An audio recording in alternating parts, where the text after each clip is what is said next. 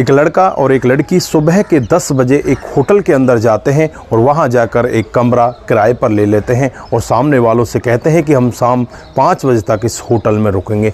दोस्तों, उसके बाद वो होटल के कमरे के अंदर चले जाते हैं और वहां जाकर वो अपनी प्यार भरी बातें करने लगते हैं।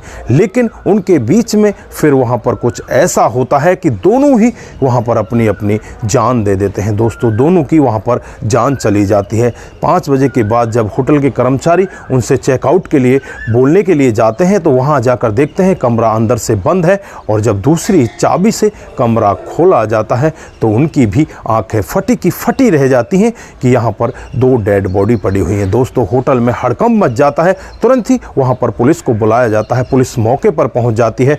पुलिस डेड बॉडियों को अपने कब्जे में लेकर जब उनकी जांच पड़ताल करती है तो एक ऐसा चौंकाने वाला खुलासा वहां पर दिखाई देता है जिसे सुनकर हर कोई व्यक्ति दंग हो जाता है। दोस्तों, आपस में जो ये दोनों एक दूसरे के प्रेमी प्रेमिका होते हैं, अचानक इनके बीच में ऐसा क्या हो जाता है जो दोनों एक दूसरे की जान ले लेते हैं। दोनों आपस में ही उस कमरे के अंदर अपनी जान गंवा बैठते हैं। दोस्तों, अगर आप भी पूरे घटना के बारे में डिटेल से जानना चाहते हैं तो वीडियो को जरा सा भी स्किप ना करें। आइए दोस्तों, जानते हैं पूरा मामला क्या था। नमस्कार, जय हिंद। आप देख रहे हैं APH न्यूज़ राहुल रावत के साथ। तो दोस्तों, आज की जो हकीकत की घटना आप लोगों को बताने जा रहा हूं, ये दिल्ली के बावाना एरिया की हकीकत की घटना है। यहां पर 10 जनवरी 2023 का वाक़या होता है। रॉयल होटल के अंदर से एक फ़ोन आता है। फ़ोन पुलिस स्टेशन में पहुंचता है। पुलिस वालों को यही कहा जाता है कि हमारे एक कमरे के अंदर 2 लड़के और लड़कियां मृत अवस्था में पड़े हुए हैं। आनन फानन में ही पुलिस अपनी टीम के साथ वहां पर पहुंच जाती है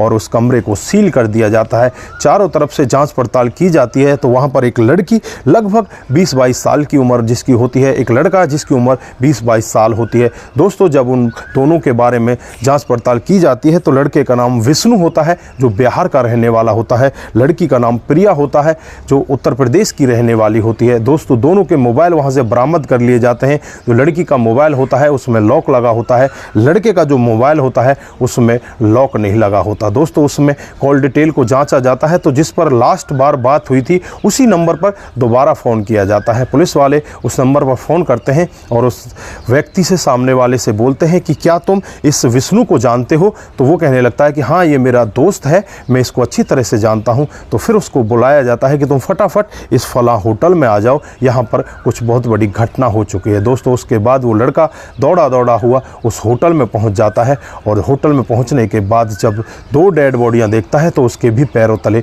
ज़मीन खिसक जाती है। वो भी फूट फूट कर रोने लगता है और कहने लगता है कि साहब, मुझसे बहुत बड़ी गलती हुई है। मैं बस ऐसे ही मजाक में इसकी बातों को समझ रहा था। अगर मैं आज इसकी बातों को हकीकत में समझ लेता तो शायद ये आज बच जाता। मैं तो यही सोच रहा था कि हर बार की तरह ये आज भी इसी तरह से मजाक कर रहा होगा मेरे साथ में, लेकिन मुझे नहीं पता था कि इसने हकीकत में ही ऐसा ठान रखा है। दोस्तों, पुलिस वाले उससे पूछते हैं कि तुझे क्या पता है और क्या तेरी इससे बात हुई थी? तो वो कहने लगता है कि विष्णु का आज 12:30 बजे के करीब मेरे पास फ़ोन आया था। जब फ़ोन करता है और इससे कहता है कि मैं तुम्हें आज सब कुछ सच्चाई बताना चाहता हूं क्योंकि तुम मेरे बेस्ट फ्रेंड हो। और फिर इससे कहने लगता है कि जो मेरी गर्लफ्रेंड है प्रिया, वो किसी दूसरे लड़के के साथ प्यार प्रसंग में है।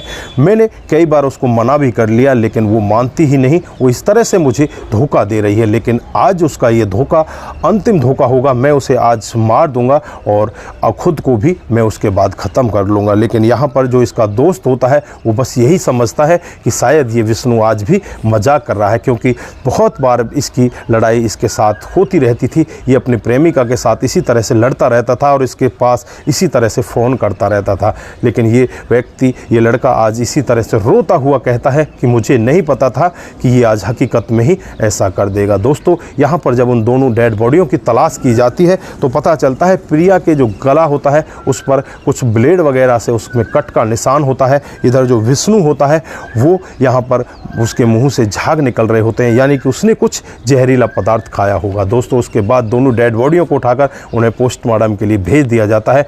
दोनों के परिजनों को खबर की जाती है। जो प्रिया होती है वो उत्तर प्रदेश की होती है, उसके घर वालों को बताया जाता है। इधर जो विष्णु होता है वो बिहार का रहने वाला होता है, उसके घर वालों को भी खबर दी जाती है।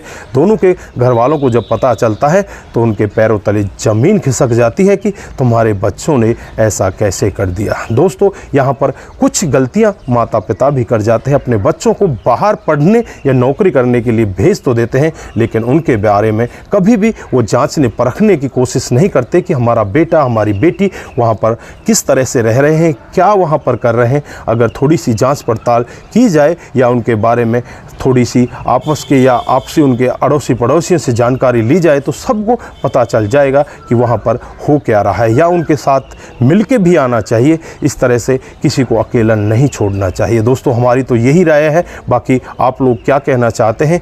क्या यहाँ पर माता पिता की आपको थोड़ी सी कमी नहीं दिखाई देती? बाकी माता पिता को ज़्यादा कुछ पता नहीं होता। माता पिता को बस इतना गौर तो अपने बच्चों के ऊपर रखना चाहिए, क्योंकि इन दोनों बच्चों की उम्र मात्र एक की 20 साल होती है, दूसरे की 22 साल होती है। ये नई उम्र के बच्चे होते हैं। दोस्तों, नई उम्र में इस तरह की गलतियां बच्चे ज़्यादातर कर जाते हैं। अगर माता पिता बार बार इनसे पूछते रहें, बार बार इनके साथ में रहें, तो शायद ऐसे कदम उठाने से पहले एक बार ये अपने माता पिता के साथ मशवरा ले लें या उनके साथ राय ले लें। दोस्तों, इस तरह से अगर ये राय अपने माता पिता के साथ ले लेते तो शायद ऐसे कदम को ये कभी भी नहीं उठा पाते। तो दोस्तों, आपकी यहाँ पर क्या राय है? आप क्या कहना चाहते हैं? बाकी दो जीवन यहाँ पर हमेशा हमेशा के लिए समाप्त हो जाते हैं।